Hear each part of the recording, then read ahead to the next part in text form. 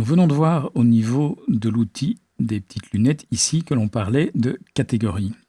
Alors, si je fais une analogie avec AutoCAD, dans AutoCAD, lorsqu'on va vouloir tracer des éléments, on va tracer des lignes et on va les classer pour avoir un travail rentable dans des calques.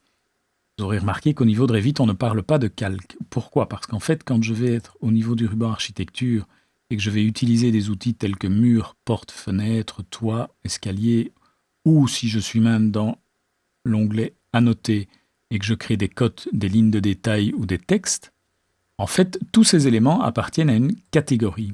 Donc, le fait de créer un mur, je n'ai pas à le placer dans un calque bien précis. Revit sait qu'il appartient à la catégorie des murs. Donc, j'ai par exemple ajouté dans ce petit fichier ici un escalier avec 2 garde-corps.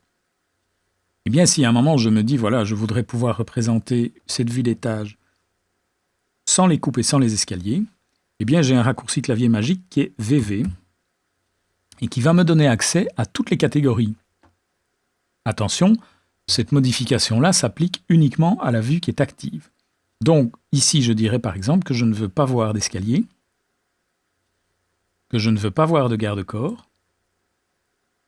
Et par exemple, au niveau des annotations, alors le premier onglet, ce sont les catégories de modèles, donc c'est tous les éléments 3D, toutes les catégories 3D qui peuvent être visibles dans ma vue. Les catégories d'annotation, c'est tout ce qui est annotatif. Donc je pourrais par exemple demander de ne pas voir de cote.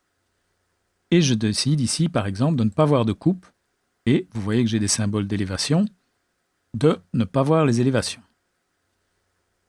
Ok, voilà, donc l'escalier a disparu, le garde-corps a disparu, les symboles de coupe et les symboles d'élévation ont disparu.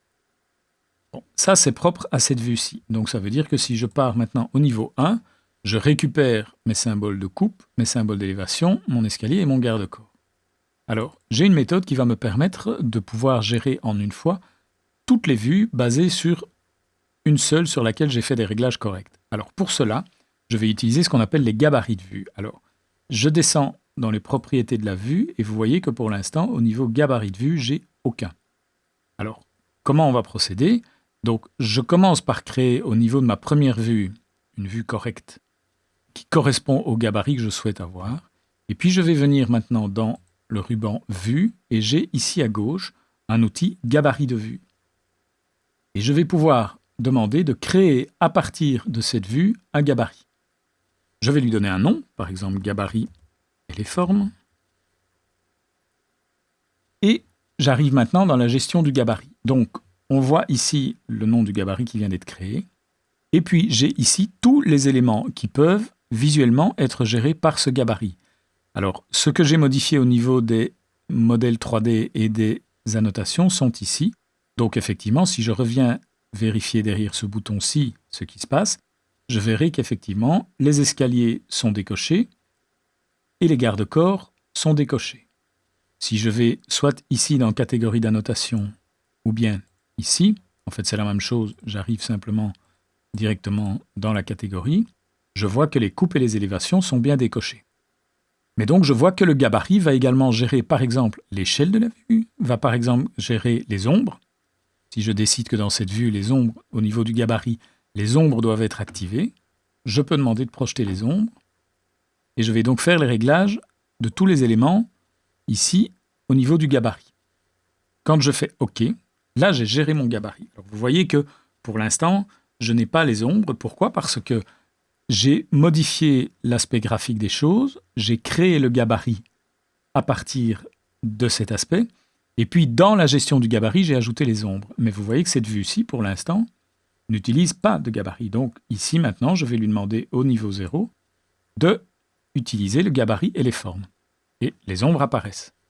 Et vous voyez qu'effectivement, comme l'échelle est également gérée par le gabarit, eh bien, je n'ai plus accès aux échelles ici. Ce qui veut dire que si maintenant je veux pouvoir utiliser le même gabarit au niveau des autres vues, ça sera très simple. Je vais venir ici au niveau 1. Ce niveau 1 n'est géré par aucun gabarit, mais je ne vais pas devoir ici isoler, sélectionner l'escalier, les coupes, les élévations, etc. Je vais directement lui dire que ce plan doit utiliser le gabarit et les formes. Et automatiquement, j'ai les ombres qui apparaissent, les escaliers, les garde-corps, les traits de coupe, les traits d'élévation ont disparu. Et de la même manière, je ne peux plus gérer ceci. Et donc, si j'ai une tour avec 85 étages, eh bien, je peux, de cette manière-là, appliquer le même gabarit sur tous mes niveaux en une seule fois. Et donc, si je veux, au niveau de ce gabarit, faire une modification, je vais pouvoir la faire en une fois et cette modification sera appliquée à toutes mes vues. Donc, je vais venir dans « Gérer les gabarits de vue », je vais prendre le gabarit et les formes, et au niveau des ombres, je vais dire que je ne veux plus d'ombres. Il va les enlever ici, et il les enlèvera dans toutes les vues qui dépendent de ce gabarit. Et donc, d'une autre manière, si je veux, par exemple, qu'au niveau de ce gabarit, je gère tout, mais pas l'échelle, eh bien, je peux, par exemple, décocher ceci, ce qui va me permettre, au niveau du gabarit et les formes, de tout gérer par le gabarit, sauf l'échelle. Et donc, quand je fais ça, je vois effectivement que maintenant, j'ai de nouveau accès à l'échelle. Je peux modifier l'échelle.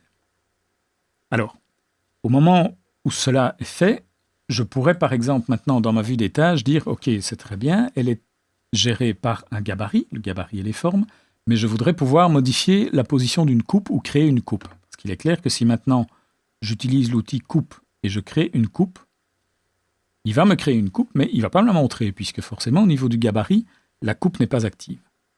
Alors, si je veux pouvoir les gérer, je peux soit de nouveau modifier le gabarit, mais j'ai une méthode beaucoup plus simple. Alors ça, de nouveau, c'est une nouveauté de Revit 2015.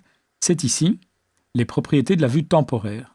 Alors, quand je clique ici dessus, sur la propriété de la vue temporaire, je peux demander d'activer les propriétés de vue temporaire. À ce moment-là, j'ai un cadre mauve qui apparaît autour de la vue.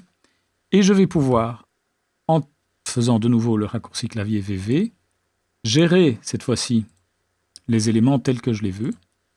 Donc réactiver les coupes. Je vais pouvoir faire toutes les modifications que je veux. Mais j'agis sur une espèce de gabarit temporaire que j'utilise le temps nécessaire. Une fois que j'ai terminé mes modifications, eh bien, je peux venir ici et demander de rétablir les propriétés de la vue. Et à ce moment-là, il réapplique le gabarit et donc mes coupes ici disparaissent.